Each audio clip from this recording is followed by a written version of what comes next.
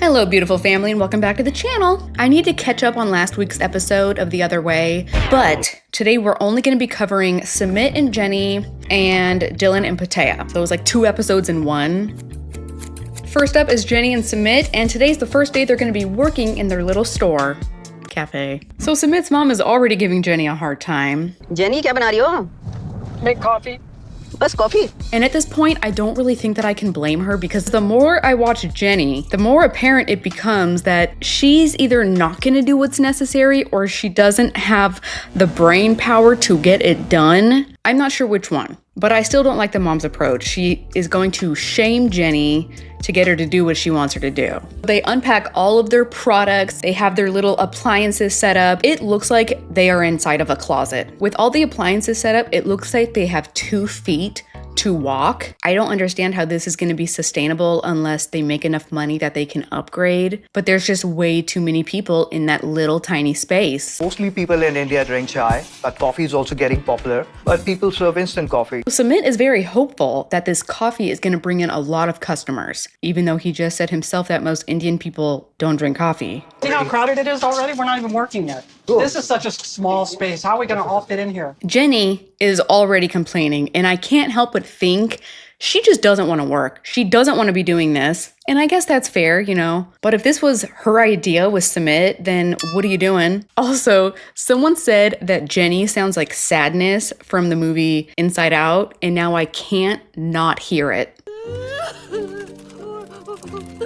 Sumit is just thinking about how he has disappointed his family with this awful location, but he has a beautiful sign for them, and he is determined to prove that they can do this and be profitable. Everyone has been in their station, getting some work done, and it's about time to open. Then Sumit tells his dad, hey, can you go get us some water?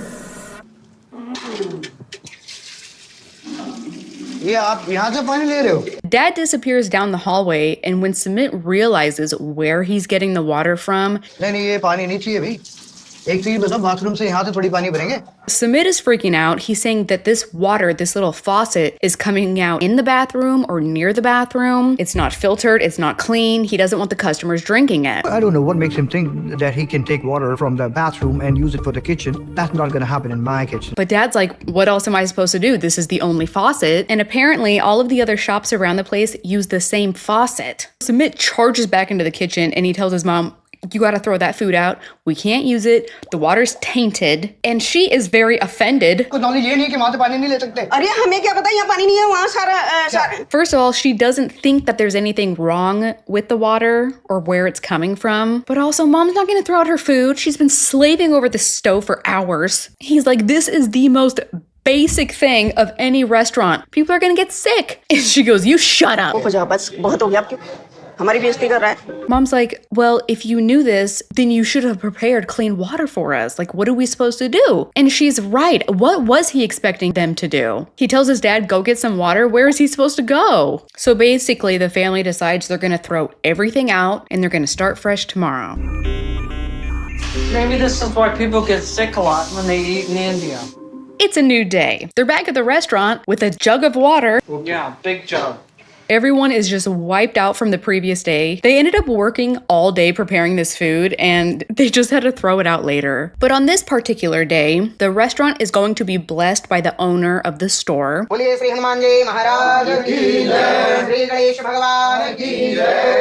before the ceremony, they begin preparing food. And once again, Jenny doesn't really look like she wants to be doing this. I'm in way over my head here. I'm lost. I mean, what the hell did I get into? I guess before the ceremony begins, priests come through all the different cafes, blessing them. He spread some holy water, which was mixed with a cow urine. How are you going to get mad at your dad for using water that's next to the bathroom, different faucet, but you're splashing pee all over the restaurant? Okay. Sumit tells us that cow urine is considered very pure. It's a very religious aspect of their religion. And I guess cows, they're more important than the gods that they worship. Cow is a holy animal above anyone, even like gods, because cow gives us milk. Jenny's like, well, in America, we would never do that in a restaurant. And he goes, well, you use holy water and we use cow pee. What's wrong with using cow piss? Why don't they just let a cow walk in there and just pee all over the ground? Very proud of the work we did. Like it's really good. We served a lot of people, hundreds of plates went out of the kitchen. They're done preparing all the food, soup's on, and they are out on the patio passing out all of their foods. And Jenny's just standing there. They're handing out whole plates of food. And there's got to be at least 100 people here. Jenny's like, I noticed that there's a lot of food going out, but we're not collecting any money. Jenny feels like they're just throwing out a whole bunch of money, and she's right. But I also agree that they should be handing out samples. I think that's smart. If they had the means and the funds to be handing out all of the food that they made that day, cool. But they don't. They're super broke. Are these people delusional? Am I the only one realizing we didn't make any money today? Jenny approaches the entire family and she's like, why are we doing this? This is really stupid. We're just throwing away money that we don't have. And the rest of them are in agreement that they have to do this. They have so much competition with the other stores besides them. They need a way to stand out, and this is it. Now I'm worried it's going to take us longer to start making any money. And we might be stuck living with the family forever. It's a new day. Hopefully all of those people who tried all the samples, they're going to come back for more. Everyone is in their little station except for Jenny, so she has to get told to go to the coffee bar. जाओ अपना coffee stall संभालो ये हम लोग करते हैं आप तुम जाओ So Jenny is at her station. She's the coffee girl. She's the barista. And she has her first ever customer. But things don't really go as planned. Sorry, एक minute. कोई बात नहीं How? Oh, I have to grind the beans. I don't know how to do that. Okay, I don't know where that container, the milk container. Jenny admits that she has been taught how to use this before, but she's still not really comfortable with it. And it's just showing her like pulling on all the levers. She's trying everything to get it to work, and it's not working. I know you are new but late हो रहा है I have to go somewhere Okay. The guy is gently trying to tell them that they are taking way too long. And then he goes, is your machine plugged in? connected electricity के साथ actually it's not Plugged in. That's pretty embarrassing. It's pretty bad when your customer has to tell you how to do your job. It ends up taking so long that the guy just leaves. He tells him, never mind, I don't want it anymore. And at this point, Sumit is there. He saw what happened, and he's really upset with Jenny. Then you have to try to do very quick. You know what I can do? I can go home. Oh, Sumit, I'm doing my best, okay? Home. I think it would be better if she did go home. There's already too many cooks in the kitchen. First customer loss is a big loss. Yeah, just like yesterday, giving away free food was a big loss too. But the rest of the family is super frustrated with Jenny. Sumit feels like she's not taking it seriously. The dad's like, your sister-in-law spent the entire day teaching her how to use the machine, and why didn't she ask anyone if she was confused? And despite Sumit being frustrated himself, he doesn't want the rest of the family being mad at her. He feels like finally there's a tiny bit of peace within the household, and he doesn't want that to change. And I don't want the stress of the business to ruin that. Moving on, we're down under with Dylan and Pattiya, and today they are furniture shopping. Pattiya's like, when I'm looking for couches, I look for quality, I look for comfort, and I look for durability. And Dylan's like, we're also looking at the price though, right? But the price tag also, that does come into it, my love. You can't just ignore it. So we already know there's an issue with her spending habits, and anytime he brings it up, she's really irritated with it. Can't help it if I have expensive taste. You can help it. You don't have to get exactly what you want right now. I mean, if you're still in debt, why are they even couch shopping at all? So she's like, do you want this $2,600 couch or this $2,000 couch? He's like, don't you think it would be better if we got something a little bit cheaper and then we could put the rest of the money towards your debt? We kind of just had this conversation about slowing down our spending, budgeting. Oh my gosh, we're furniture shopping. You have to really talk about this now. I know, love, but it's important. How are you going to say it's a bad time to talk about money while you are shopping and spending thousands of dollars? It's a buzzkill to you? She's just beside herself that he's saying these things. I hate her face right here. It's like the upside down watermelon. It's like an upside down smile. And then Dylan starts telling us that she would go on these huge spending sprees. She would drop thousands of dollars in a day in Vegas. I mean, shopping is her drug and she is addicted. Once we get married, our finances are going to be intertwined, so it's a big issue. I think he would have to be an idiot not to be concerned with this. He's like, Pattiya, I need you to be 100% honest. How much debt do you have right now? What's the actual number? 20.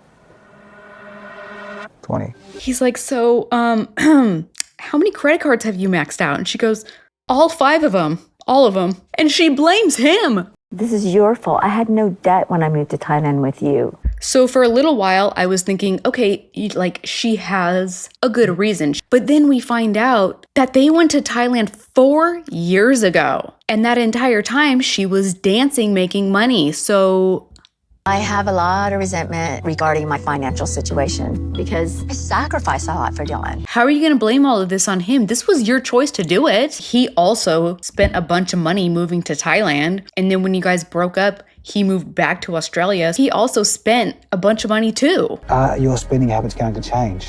Yes, I'm not the same. So Dylan really tries talking gently with her and he's like, okay, maybe some of this was my fault, but you've been dancing the past couple years and this kind of looks like it's a recurring problem. I'm not the same.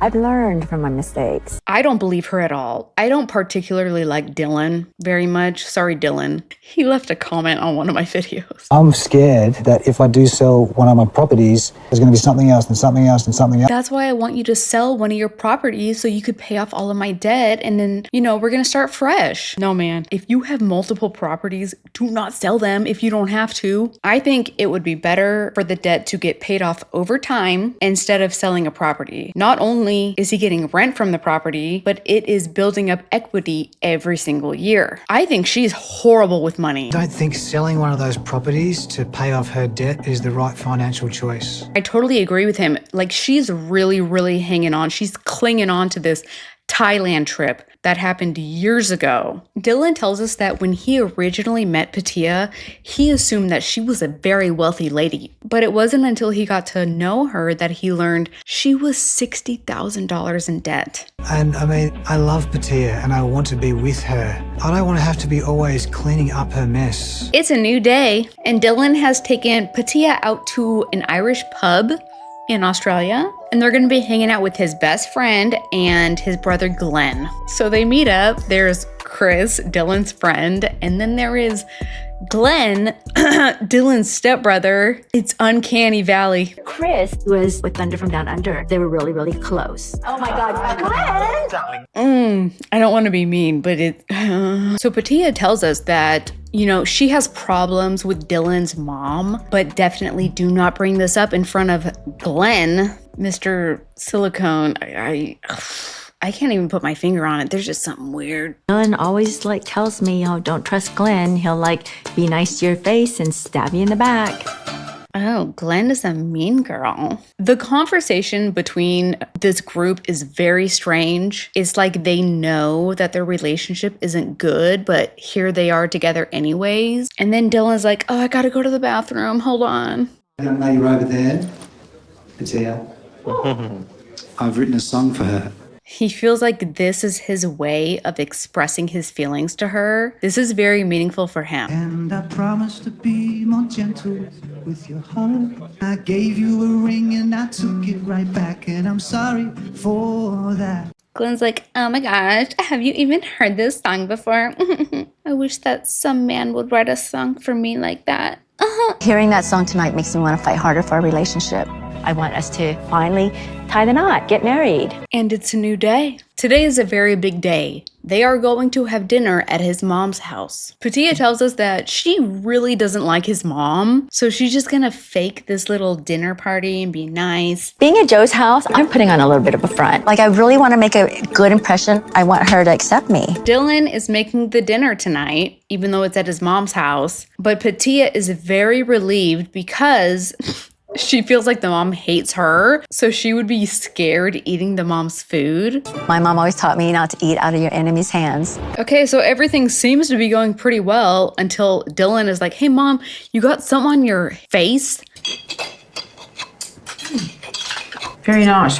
And she goes, oh, I hope it's not kangaroo. Pattiya has already told him she does not want to eat kangaroo. I wouldn't care. I would actually be happy if someone lied to me about a dish, if I was just freaked out by the idea of eating something. Like, imagine if it's mealworms or something like that, and you didn't want to eat the mealworms, but then you ate them and you loved it. But in this case, the idea of her eating a kangaroo just hurts her heart and it makes her really sad.